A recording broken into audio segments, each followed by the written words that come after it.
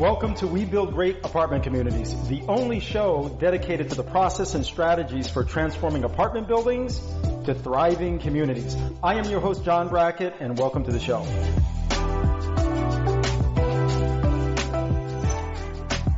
All right, folks, welcome to another great episode of We Build Great Apartment Communities, the only place where you come to learn how to take apartment buildings and turn them into amazing communities. I have another great guest, and his name is Arn Cenedella.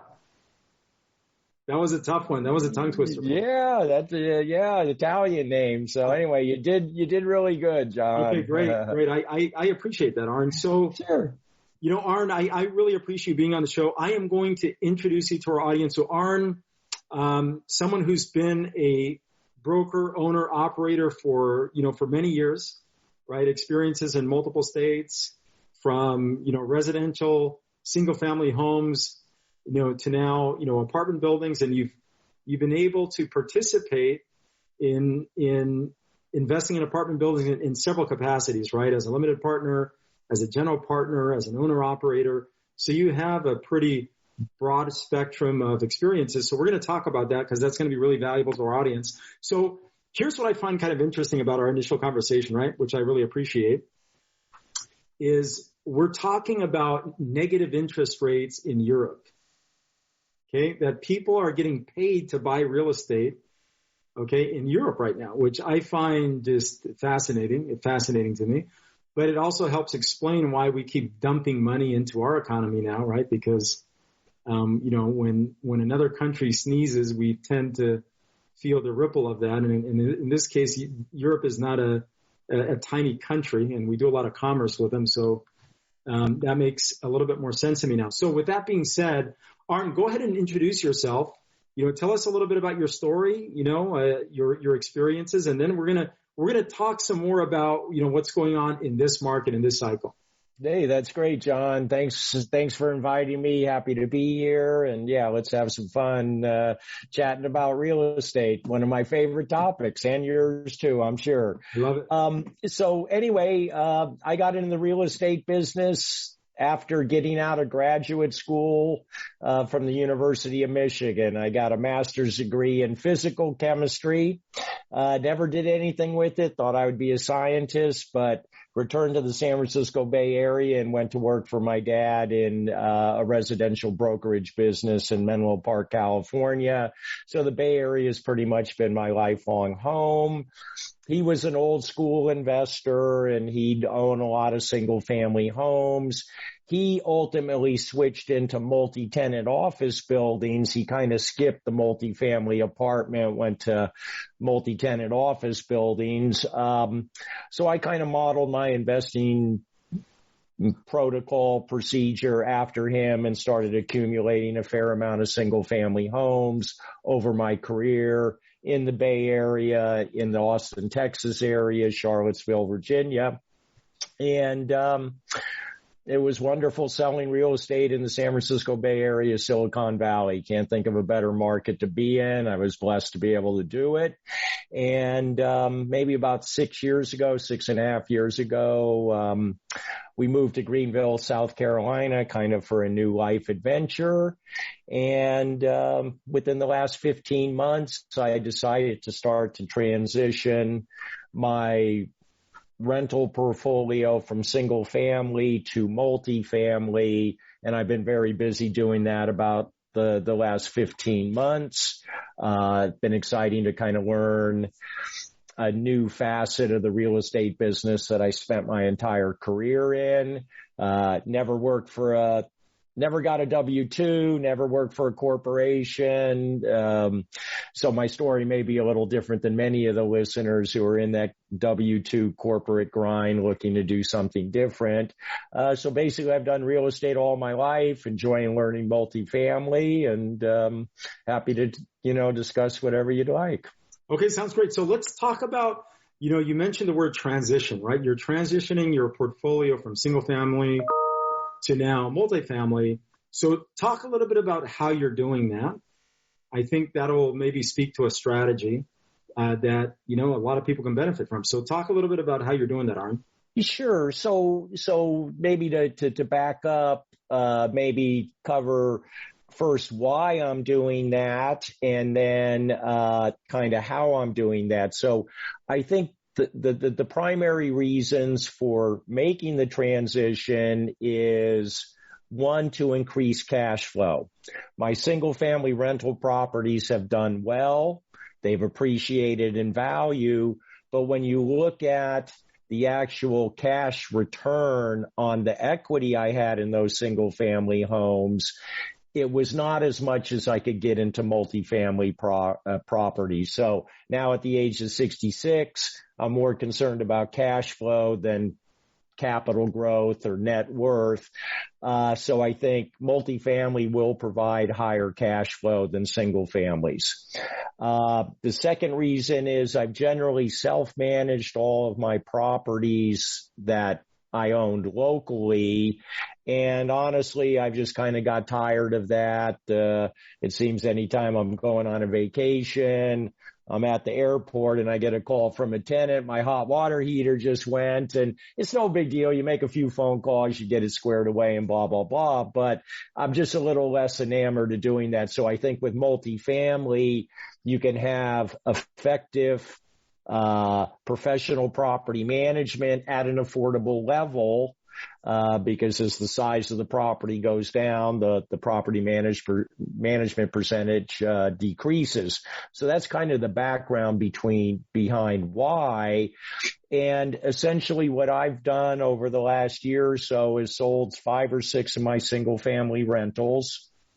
Took that cash and invested it in multifamily syndications, both as a limited partner and as a general partner. So as I've gained more experience, I'm moving to the general partner side. And I've done dozens of 1031s in my life, and that's typically how you kind of trade up. Syndications and 1031s don't exactly mesh properly. You can do them, but there's a little bit more involved. But since I'm considered an active real estate professional, I can use the passive losses that syndications generate to offset the gain on the rental houses that I sold. So typically with these apartment syndications, go ahead. You got a question? No, I was going to say that's okay.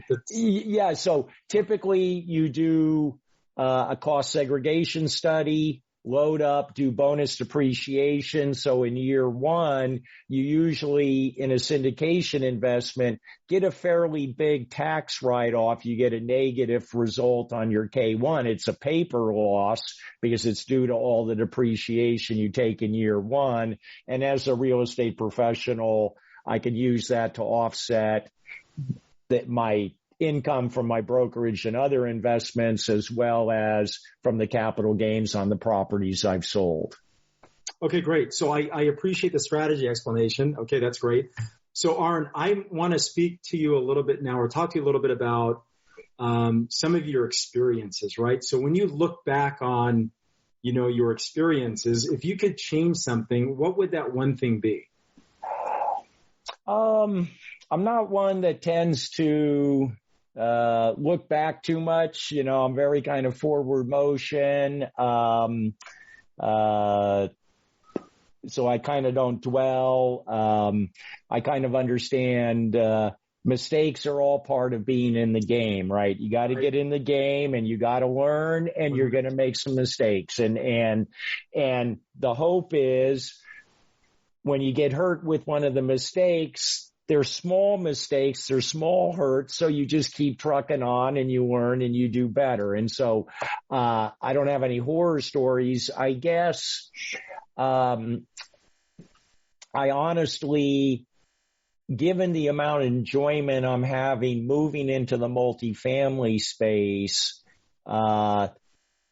when you're on the right track, there's kind of an internal energy that goes through you. You're passionate about it. You don't consider it work because it's enjoyable. It somehow activates your mind and you enjoy doing it. So I think my thing would have been to maybe move into multifamily sooner rather than at a relatively late stage like I did.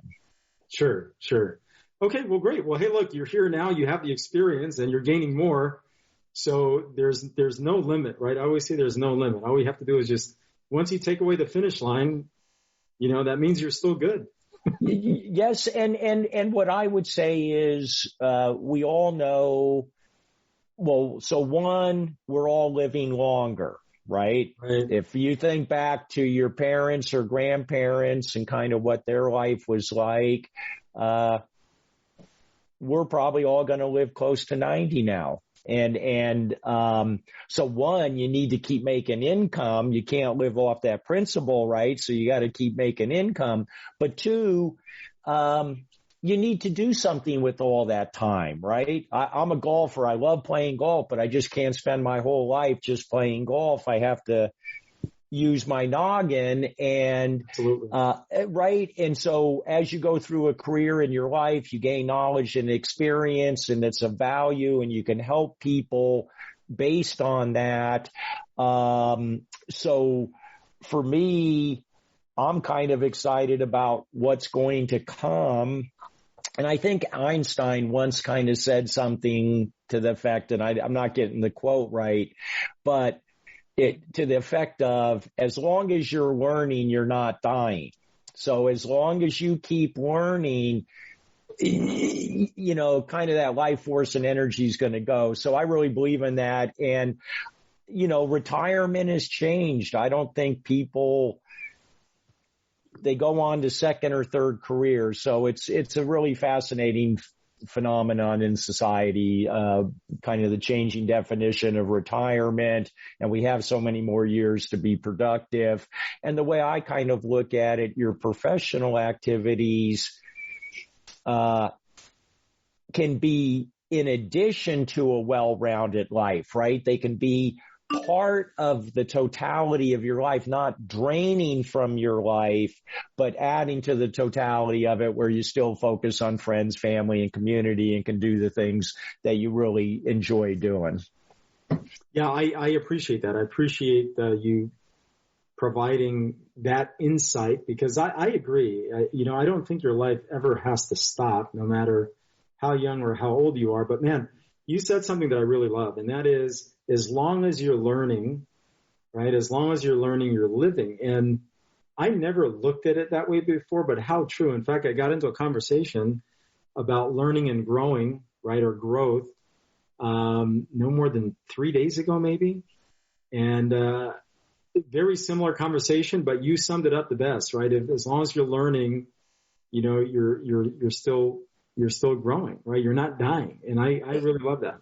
And as my counselor once said, he goes, you want to get it, right? You want to get it on your second to last breath, right? Because you never want to come to a point where you think you got it all figured out, because then it's pretty boring, right? So it's kind of like, let's have every day be kind of a new adventure. So, so people look at me and, why are you doing it? And I'm financially secure. I'm blessed. I've worked hard, 35 years in a very competitive real estate market. Trust me, you have to earn your commissions and your sales. But I'm in a position where I'm working because I enjoy it, and I want to help other people get there. And so that's kind of a great place to be, where you can do it because it serves some purpose, not because you have to do it to pay the bills per se. Yeah, I think that's great.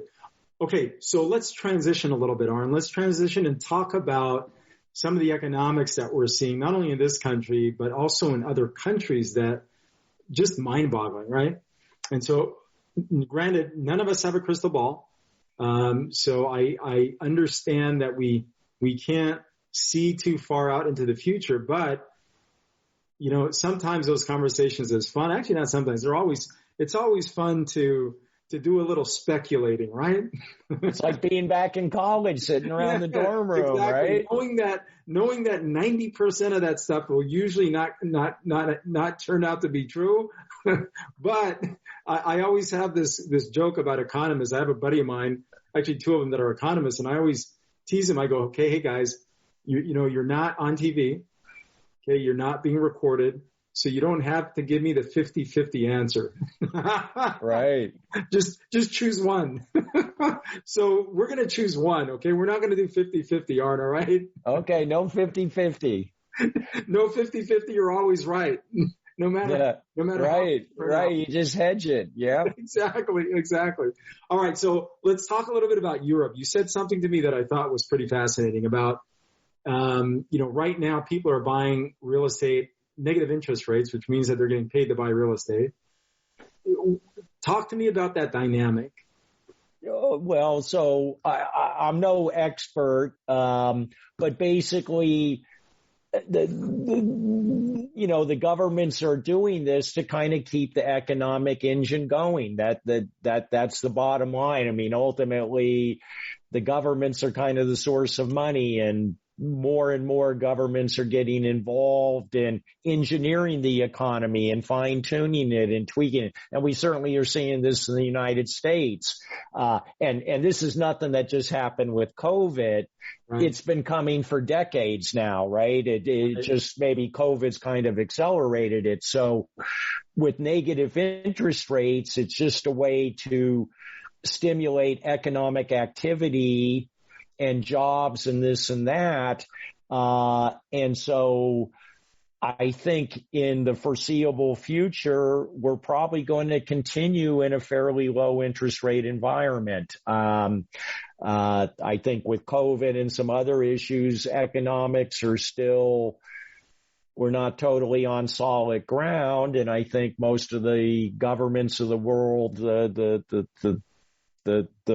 Western fully developed countries, they're pretty much saying we're going to do whatever we need to do to keep the wheels of economy going and keep people in their homes and their apartments, keep businesses going, because the alternative is much more problematic than low interest rates and borrowing money. So I think it's going to continue for some time. Ultimately, we may have to deal with that. I don't know when that's going to be, but ultimately there's going to be a reckoning, I think, but I just don't know when. So that's kind of hedging, but for the foreseeable future, interest rates will stay low, including in the U.S., which for apartment investors means cap rates are probably going to stay about where they are. And you could think about it. If you were a wealthy person in Europe and you were looking to invest, if there's negative interest rates in Europe, what kind of cap rate you think you're going to get? You're going to get nothing. So coming to the United States and even buying a 4.5% cap rate deal in a solid market, that looks like a pretty good return. Not to mention, T-bills and T-securities are under 1. So where are you going to put your money? For my money, I'd say real estate makes a lot of sense. And certainly there's risk, but I think real estate's pretty solid given all that's gone on. Yeah, and I would agree with that. I think what's really interesting is I didn't really think about this until our conversation, Arn, but I'm looking at what's going on in the United States, right? And like you said, hey, look, I've learned not to be the person trying to fight, trying to fight what's going on, but rather be strategic and put yourself ahead of the curve, right? Because you and I don't control how the government is trying to engineer this economy, but what we do have control over is the decisions that we make and how we position ourselves to capture what we see are the opportunities in this environment, right? So with that being said, what I do find very interesting, though, is we have this influx of money from other countries for the reasons you mentioned, right? We're considered to be a very stable economy, and we still have power behind our printing presses, right? Meaning those dollars are still worth something. So we're attracting all this investment. We have some money fleeing Wall Street for the same reasons that you talk about, right? People are looking for a little bit more safety with higher yields. But then again, now we're in a situation where Biden is trying to keep some money in on Wall Street, right, with some of the new tax proposals that are taking place or that are starting to take shape. But then we also have now this situation where we have a lot of money being dumped into the markets, a lot of dollars by government spending, right, into the U.S. economy. So all of these things going on, where do you see the biggest opportunity right now inside of, let's just talk about real estate in general, right? Because it doesn't always have to be apartment buildings, but even though that's what we predominantly spend our time talking about here, right? It could be office, it could be industrial, it could be retail. I see a lot of different things going on in those spaces right now. In fact, I had an offer out on a single tenant triple net deal that unfortunately I did not get, and I really wanted that property too. And I made a very aggressive offer. I'm sorry to hear that, but I didn't get it. No, I know. Yeah. So, well, it may fall through. So a lot of times people get deals on the rebound. So don't give up hope yet. Well, right? It already fell through one, so it's okay. All right. See where this goes for the second time. But with that being said, where do you see the opportunity, right? And it can be in an asset class. Okay, it could be in a specific market, for example. Yeah, well, it's a great question. So I've always been in the residential real estate space, and so I'll acknowledge my bias towards residential real estate. And it's not rocket science. We know we have an undersupply of housing in the United States. Okay.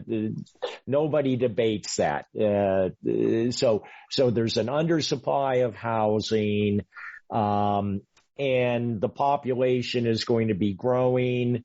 Perhaps the growth is going to slow a little bit, but I just see there's quite a bit of demand. The population growth is going to continue, and the shortage of housing is going to drive the demand for housing. So I do like housing. I particularly like multifamily because in most major metropolitan areas in the United States, there's a major housing affordability crisis, right? In most major metropolitan cities, maybe 25% of the people can afford to buy a home. So I think a lot of the demand for housing is going to come at the lower end, at the more affordable end. And of course, in the multifamily space, about every building you see being built is a fancy Class A building, right? You can't afford to buy an affordable housing project. You can't afford to build an affordable housing project anywhere in any major metropolitan area now. There's very little of that being done. So I think kind of in the affordable middle income housing is a good opportunity. But I would still look for solid properties and solid locations, not distressed properties, not ones requiring huge amounts of capital investment, but more look for properties where they could be cosmetically upgraded. Let's call them light value adds, but also operational plays where you see mismanagement of this asset, and you can get in, manage the property better, and increase the NOI that way. So I kind of like the bread and butter housing, but not properties that are going to require major renovation. We have supply chain issues. I was doing a flip of a single family house here in Greenville. It took us 5 months to get windows. Yeah. Right. And so if you're renovating a 200 unit apartment and you can't get windows for 5 months, that's cost you a lot of money. So I kind of like the light value add, and buy it in growth locations. For me, it's the southeast part of the country. And I also really like the Mountain West. I'm a native Californian, so no problem there. I think it's harder to make the numbers work, but Southeast and Mountain West is kind of where I would look right now. Very nice. Very nice. I really appreciate that. Well, but this has been a really, I think, a really good show, right? I mean, we packed a lot of information into a really short amount of time. Not only did you talk about strategy, Arn, but you gave them, some economic perspective to add to the strategy. Oh, thank you. Yeah, it's been a fun conversation, no doubt. Yeah, thank you. Well, hey, bud, we're at the end of our show now. I want to thank you, Arn, for being on. You've been a tremendous guest. Hey, what is the one question that you have for me that you think can add some value to our audience? Well, what are you looking to do? Where do you think the best opportunities are? What's your opinion? I've been getting asked this question quite a bit, and the short answer is this, okay? Because I get into these winded finance-related explanations. I'm not going to do that. The short answer, it's really about the opportunity cost of capital, right? So for me, now that's going down because of how the markets are kind of tightening up. But the way that I look at this is, it's really about opportunity cost of capital, right? So I'll give you an example. One of the reasons why I was chasing some of the single tenant triple net stuff is because when I'm looking at multifamily now in some of the markets that I like and in some of the markets that I'm in, I'm having a hard time justifying, chasing a 5% leverage return on cash when I can dump the exact same money. And by the way, with a 1 year ramp up period to get to that 5%, right? Meaning I have to take on a lot more risk just to make that 5% work or 6% work versus me just taking my money and deploying it into, an absolute triple net deal at 5%, right? With a national credit tenant, with no maintenance at all. So I'd rather do that. Now, granted, I'm not going to get the leverage on the upside with the continuous, with being able to rent bump 500 or, 100, 200 units, right? But, rent bumps are built into these leases, maybe at the rates that, maybe not at the rates that I'm able to leverage, as an owner operator, but they're still there, right? So I still have a hedge against inflation. And many times it's a greater or clause, right? Either consumer price index, the greater of consumer price index, or the 3% compounded, whichever is greater. So there's some things there that I really like. And so I started looking at that stuff, probably about 6 months ago, just because I saw this stuff going on, and it just became a little bit difficult to justify, chasing a leverage return that just requires 10 times more effort than me placing those dollars in something that doesn't, right? And that's more secure. No, that rationale makes sense to me. And what I would say is, until COVID, we had like kind of a phenomenal economic growth for 10 straight years, right? Right. And so multifamily investors, and other investors too, but multifamily investors got used to making 15, 16, 70% IRR. I don't think we're in that environment anymore. I think there are many factors for this. And so I think returns are going to be lower.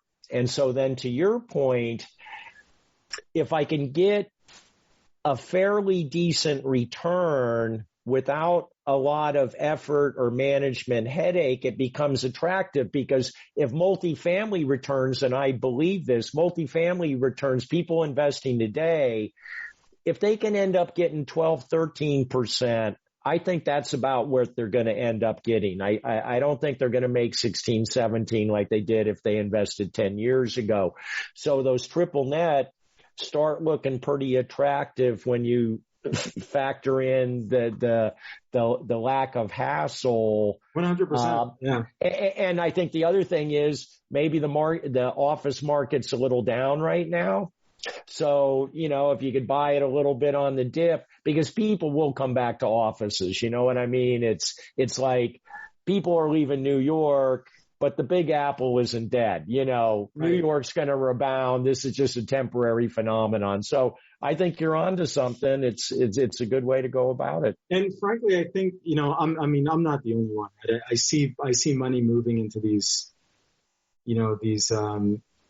asset classes at a much higher velocity than I ever had before, because they're just chasing the same thing. It's just a better return on capital, right? Right. It really is. So. And if you follow very wealthy people or folks like Warren Buffett and all that, they never tell you got to make 14% on your money, right? They just say make 8 or 9% consistently over time and you're going to do dandy fine, right? So I think it's just a slow and steady wins the race. So I think you're on the right track. Yeah. Yeah. Well, I appreciate you, Arn. Thanks for being on, bud. I really appreciate it. Thank you. I also would like to welcome you to now it's the global network of We Build Great Apartment Community, amazing investors. So you now are a part of this network. I'm honored to be part of it.